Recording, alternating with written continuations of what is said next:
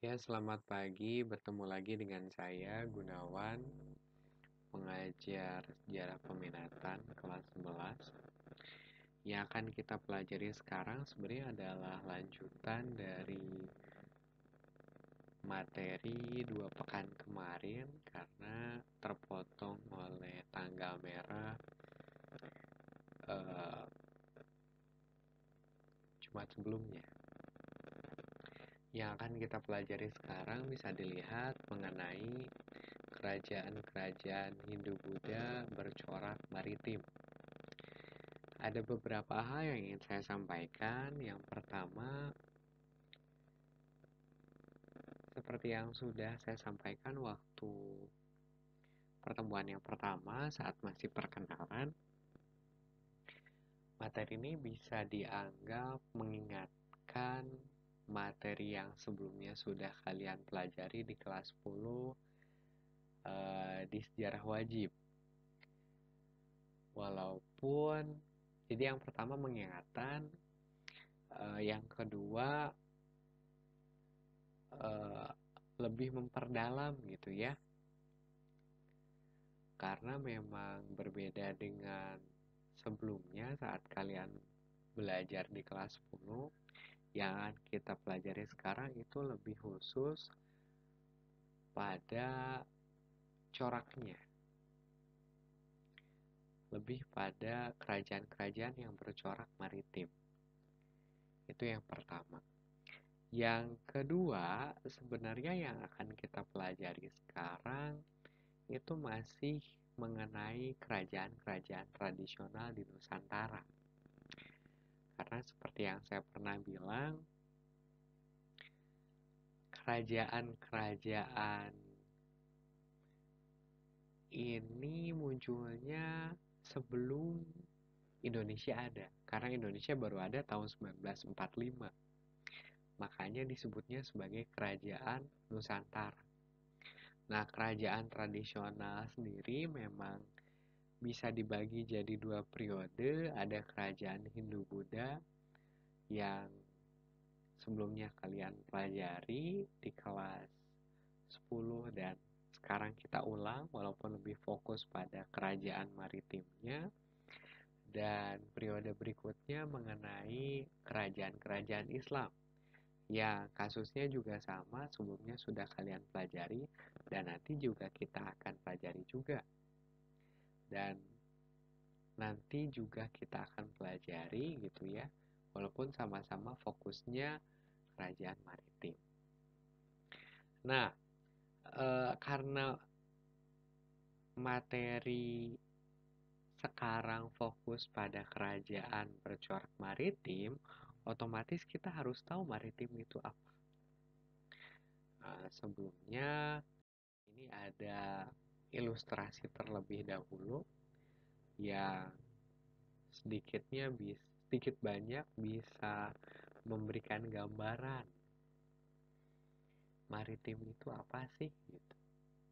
Nah, ini ada ilustrasi relief atau gambar timbul dari Candi Borobudur.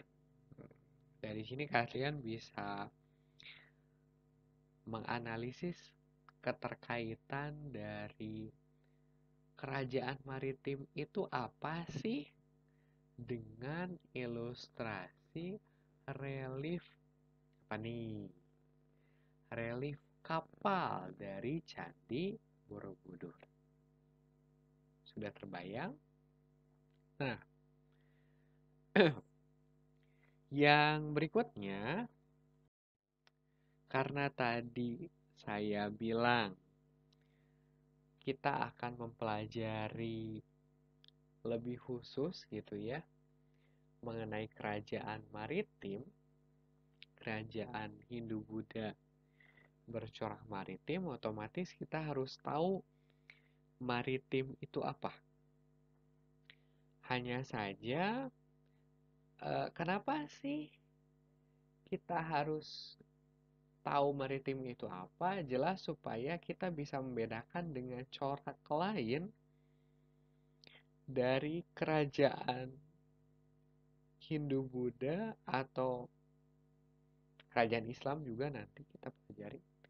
Jadi kenapa kita harus tahu kerajaan maritim? Supaya kita bisa membedakan dengan corak lain dari kerajaan-kerajaan pada masa yang sama.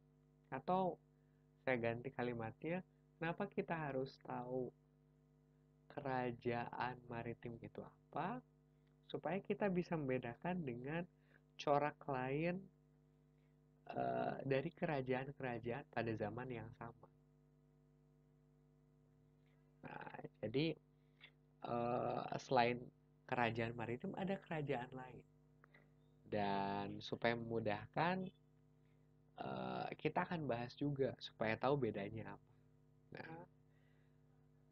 Nah, jadi kita bahas konsep dulu ya, gitu ya. Otomatis kalau kerajaan maritim berarti kita harus tahu maritim apa. Satu lagi konsep yang harus dipahami selain maritim adalah agraris, gitu ya. Jadi kita akan membedakan antara agraris dengan maritim. Otomatis ketika kita akan mempelajari kerajaan maritim, kita harus tahu bedanya maritim dengan agraris apa. Otomatis kita juga harus tahu konsep agraris itu apa. Nah, saya ambil dari KBBI, Kamus Besar Bahasa Indonesia. Agraris ini bisa diartikan sebagai, bisa dilihat, mengenai pertanian atau tanah pertanian, mengenai pertanian atau cara hidup petani, atau bersifat pertanian. Sedangkan kalau maritim itu berkenaan dengan laut, berhubungan dengan pelayaran dan perdagangan di laut. Nah, ini baru konsepnya gitu ya. Jadi agraris itu maknanya bisa dilihat mengenai pertanian atau tanah pertanian, sedangkan kalau maritim berkenaan dengan laut. Dari sini kita bisa simpulkan kalau agraris itu coraknya masih mengoptimalkan pertanian. Berbeda dengan maritim yang sudah bisa mengoptimalkan pelayaran dan perdagangan di laut. Dari sini kita bisa simpulkan bahwa kalau kerajaan agraris berarti kerajaannya masih bercorak pertanian. Sedangkan kerajaan maritim yang akan kita pelajari sekarang itu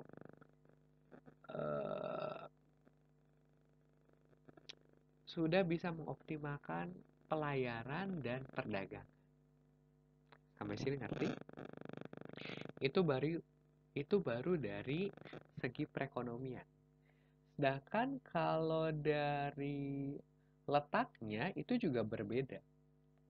Kenapa kerajaan agraris itu mengoptimalkan pertanian? Karena mereka letaknya di pedalaman dan biasanya posisinya dekat dengan sungai. Jadi kalau materinya dihubungkan dengan geografi gitu ya, jangan lupakan bahwa salah satu tanah yang subur adalah tanah yang dekat dengan sungai. Wajar kalau misalkan kenapa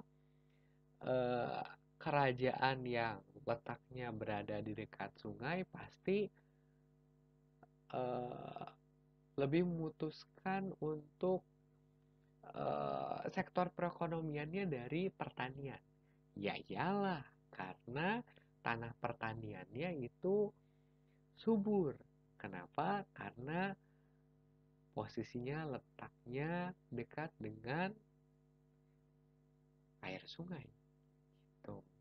Berbeda dengan maritim. Kalau tadi saya sudah bilang bahwa kerajaan agraris itu letaknya lebih di pedalaman, dekat dengan sungai, tanahnya subur. Sedangkan kalau kerajaan maritim biasanya letaknya di pesisir, dekat pantai. Itulah yang menyebabkan kenapa kerajaan maritim biasanya memiliki pelabuhan. Inilah yang dioptimalkan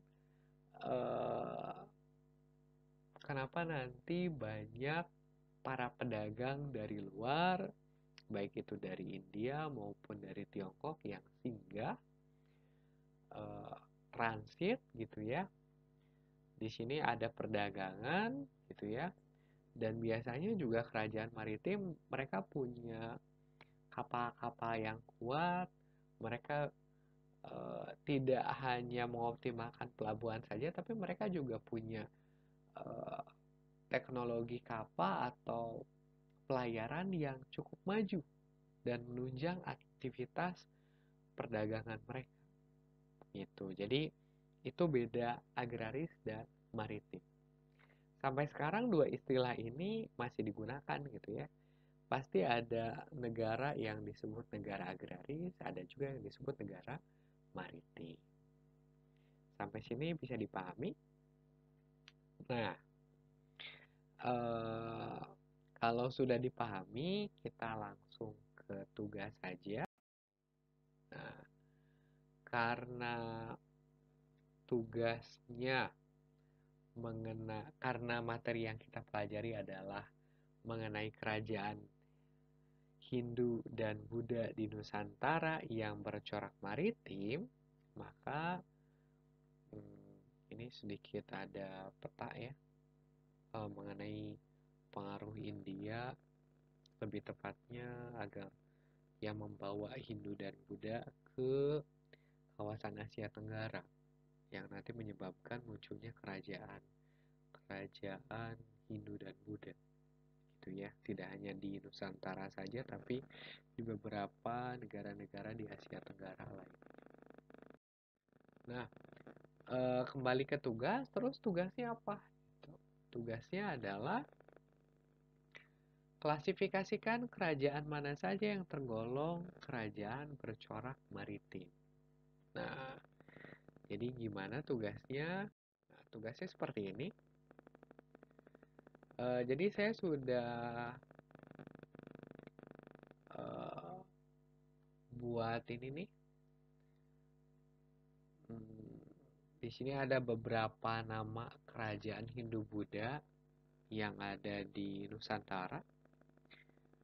Bisa dilihat ada Kutai, Tarumanegara, Sriwijaya, Mataram kuno, Kediri, Singasari, Majapahit, udah gitu kerajaan Bali, terkenalnya dengan dinasti Warmadewa, udah gitu ada kerajaan Kalingga, Pajajaran atau Sunda, kerajaan Melayu sama Medang Kamulan yang terkenal dengan dinasti Isyana. Nah, jadi tugasnya apa? Tugasnya adalah dari 12 kerajaan Hindu-Buddha ini, nanti kalian cari yang tergolong kerajaan maritim mana saja. Nah, nanti bentuknya tabel juga nih. Nah, ini ada tabel. Jadi di sini dari nama-nama kerajaan di slide sebelumnya di 12 kerajaan tadi nanti kalian pilih yang menurut kalian tergolong kerajaan maritim yang mana. Misalkan kerajaan Kutai misalkan. Nah, apakah Kutai kerajaan maritim? Kalau kalian merasa Kutai ada kerajaan maritim, kalian cantumkan. Yang berikutnya, cantumkan juga alasan kalian kenapa kalian yakin bahwa kerajaan Kutai tergolong sebagai kerajaan maritim. Udah gitu lanjut nomor 2, kerajaan apa gitu ya. Misalkan kerajaan Kalingga, cantumkan. Terus alasan kenapa kalian mencantumkan kerajaan Kalingga sebagai maritim apa? Nah, bisa dipahami. Nanti tulis tangan, buat tabel, udah gitu nanti tugasnya dikumpulkan di classroom. Untuk keterangan lebih lanjut nanti saya sampaikan ada beberapa tambahan gitu ya mengenai kode classroom dan informasi lain. Itu saja paling. Ada yang mau tanyakan? Ya, kalau tidak ada, itu saja untuk hari ini. Terima kasih. Selamat pagi.